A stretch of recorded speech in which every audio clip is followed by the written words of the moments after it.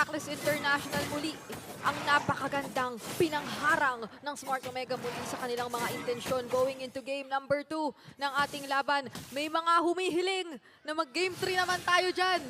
Dito pa lang natin malalaman kung may sasakatuparan ang inyong mga kahilingan. Oo, tignan natin kung ganun ba ang mangyayari para dito sa takbo ng ating laban. So, grabe agad dito. Parang na-miss talaga nila yung isa't isa. Hello, my friend.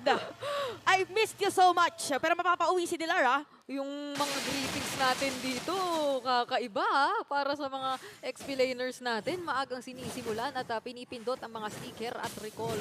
Pero yun nga ang kinaibahan this time ay meron tayong mas pwedeng i-anticipate siguro na macro plays talaga from Blacklist International or yung mga posibleng mga panggagalingan nila na hindi pangkaraniwan kasi meron naman na silang Luigi this time. May mga nakita tayo before, di ba? Yung mga Luigi, Claude na mga pagmamanage lalo. Parang world tour. Oo, kaso nga lang, yung harapang sagot, paano nila i-manage din kapag nag-boil down na siya sa kailangan walang choice, idaan na sa team fight. Oo nga, parang pinakakailangan nila dito. Uy, ayun lang!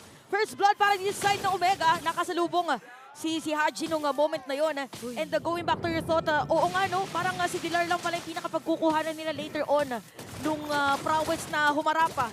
Kung nagkakabugbugan sa top lane, ganun din naman sa may bottom lane. Pero ang hindi alam ni Joba, nandito na si MP the King. Oh, sumapat at nasa saktong timing lang naman ang Respo.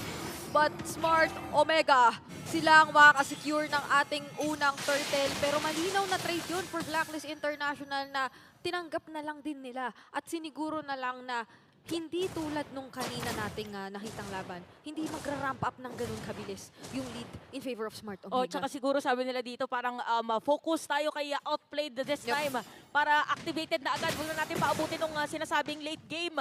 Para sa Claude, kailangan makasama na agad later on pagdating sa team fight. So better start para dito sa Blacklist International. Ang mga natin dito is kung saan magte-teleport from time to time si Kuya Exhort. Ang timings lang din siguro or piliin ng maigi ng Blacklist International which team fights ang kanilang mga susugurin. Kasi so long as up yung Guardians reflection dito, isa siya sa mga pwedeng harangin netong si Chaknu. Kapag ka nag-blazing duet siya, babalik at babalik lang din yun. So marami talagang mga naging checkmate na sagot ang Smart Omega dito pagdating sa ating draft.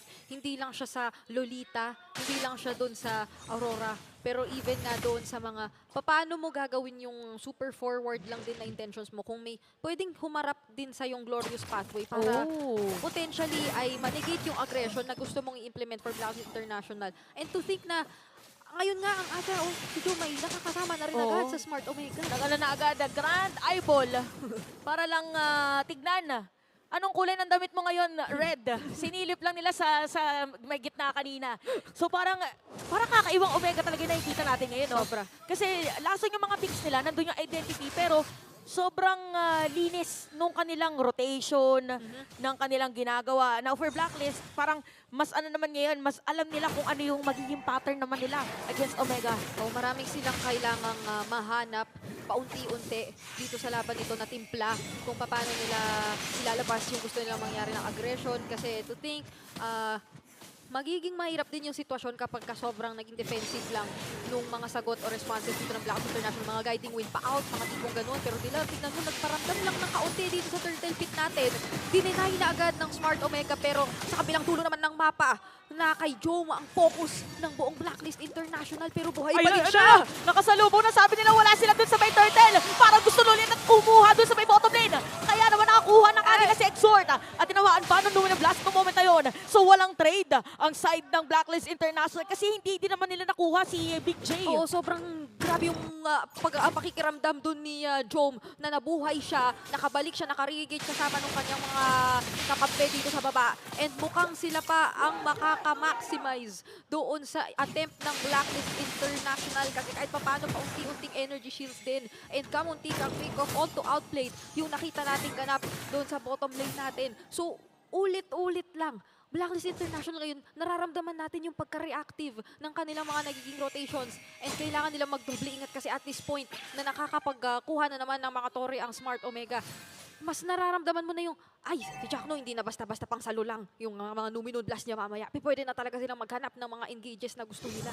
Oh, tsaka si Ryota din ay pakalat-kalat na rin doon sa may mapa. So magkakaroon tayo ng switching by the way. So top lane da si Jong. This time around dahil magsuspawn nga din naman dito sa may bottom lane yung next natin na objective. So ganito lang ulit ang takbo Oo. ng ating laban. At mahirap nga din naman kung ikaw ay Louie at Mathilda na parang every time meron nga may nakakapanintig balahibo sa bush. Oo. Hindi mo sure kasi tingnan mo ultimo sa ganitong punto ng laban natin ay hindi naman sobrang nagpapakita or hindi naman sobrang informed ang Blacklist International kung saan nakatambay ang mga members ng Smart Omega. So fortunately for them, mukhang meron silang unang objective na makukuha rin naman or third objective na makukuha dito sa bottom lane natin. Pero napakaagap din ng Smart Omega. Lamang pa rin sila kahit anong sabihin natin kasi dalawang tore na ang makukuha nila. Pero teka lang, Joe! Ayan na si Joe. Naku, napapaligiran na dito ng tatong players ng Blacklist. Pero madali lang makakatakas. Ginamit niya yung kanyang Zama Push kanina. MP the King. Naku, nahuli ka ngayon! At nasundot pa nga dito na side ng Omega. Habang nangyayari yun, nakuha na rin yung turtle. Napakaganda pag-stand doon para kay Jackno ng Blast sa harap! At tinamaan pa nga doon na skill ni Joe. Kaya naman Dilar's gonna be down. Dalawa agad na nakuha dito against Blacklist International. Sabi ni Ryota, nakakita ng pwedeng teamfight. Sige, latag agad ng Glorious Pathway. Sugod agad tayo. Buong Smart Omega, buong barangay. Nakita mo bigla, nasa harap na ni Nadilar. Nasa harap na ng mga members ng Blacklist International. And now slowly, pinagharian na rin yung mismong mapa, yung mismong jungle ng Blacklist International. After ni Andorio lang din namang tahimik kinuha yung objective na up kanina. So patong-patong na resources na naman ito na nasecure ng Smart Omega. Balikan natin ng mabilisan sa ating Infinix Instant Replay. Tignan mo yung latag. Hindi lang pala ng Glorious Pathway, pati ng Frigid Glacier. Oo, tapos si Jackno din. Doon na Blast. Ayun. Tumiming. Doon na nangyari ang nangyari kay Dilar and nung moment din na yun, parang nakasalubong din ni MP the King. Majority ng mga players dito ng Omega. Nakita na naman natin yung Glorious Pathway sa exort ang target nila. Pero makakapag-guiding wind, papalayo dun sa mga players ng Blacklist. Oo, nasundo naman kahit papano. Pero teka lang, si Outplayed, parang sabi nila, okay lang yun. Meron kaming pansalo. At hindi na naramdaman halos ng Smart Omega yung Blazing Duet na binato niya dun. Medyo mahirap tong sitwasyong kinahaharap ng Blacklist International. Oo, tsaka parang hindi din natin nakikita yung mga pa-vacuum. Oo. Kailangan lang dito ng vacuum. Kailangan malinisan yung ginagawa ng Omega kasi, well, malinis naman pero kailangan tungisan pala yung ginagawa ng Omega. Kasi, alam mo yun, alam nila kung saan pupwesto. Alam nila kung saan pupunta. Kailangan may pang-disrupt tayo. Yan, kailangan maging madumi ang malinis. Oo. Minsan sa buhay, hindi pwedeng laging malinis. Oo, kailangan ay ma-expose para tumibay. Ganon ang Uy. kailangan natin makita. Ayun Pero na! teka lang, diversion play! Okay, nakita, sabi ni Ryota, okay, sige, Dilar, dito ka muna. Habang nangyari na makaganda pagpasok na naman ng Frigid Glacier. Para pinasok doon sa may bridge rin. At lumipat na nga dito si Haji. Pinaking makapalipad palayo. Habang si Dilar nakuha na rin. So dalawa agad na napatay ng Omega. At meron pang Lord na pwede kuhanin.